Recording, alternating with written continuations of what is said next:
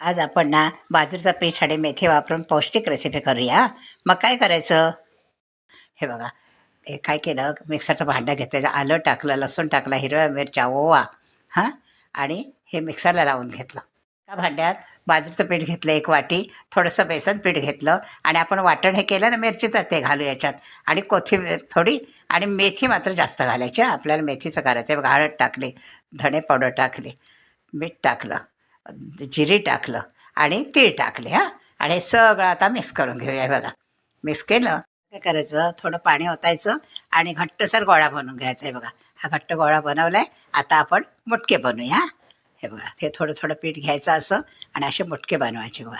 छानपैकी मुटके बनवायचे, चाळणीला तेल लावायचं आणि सारखे ह्याच्यात मुटके ठेवायचे बघा. आणि एक 10 ते 15 मिनटं चांगली वाफ द्यायची. हे बघा, आता आपण वाफेवर ठेवूया. हे बघा, गरम पाणी ठेवलेलं आहे भांड्यात, त्याच्यावर हे ठेवून वाफ द्यायची. आता वाफ दिलेली आहे. हे बघा, मुटके आपले तयार झाले ते बघा ना, छान शिजलेत. आता हे काढून घ्यायचे आणि थोडे थंड झाले काय सुरीला तेल लावायचं आणि असे कट करून घ्यायचे. हे बघा, हे असे नुसते पण खायला छान लागतात हां. आता सगळे मुटके कापून घेतलेले आहेत हां. आता इथे काय केलं आहे, कढई घेतली, त्याच्यात थोडंसं तेल ओतायचं आणि हिंग टाकायचा आणि तीळ, म्हणजे हिंगाचा स्वाद छान येतो ना. आणि हे सगळे मुटके आपण ह्याच्यात टाकूया आणि चांगले परतून घेऊया. एक 5-6 मिनटं परतून घ्यायचे, म्हणजे छानच लागतात ते. अहो, हे मुटके काय नुसते पण खाता येतात आणि मोठी माणसं खातात, नाश्त्याला वगैरे द्यायचे, मुलांना डब्यात द्यायचे, खायला छान लागतात. रेसिपी आवडल्यास लाईक करा, फॉलो करा हां.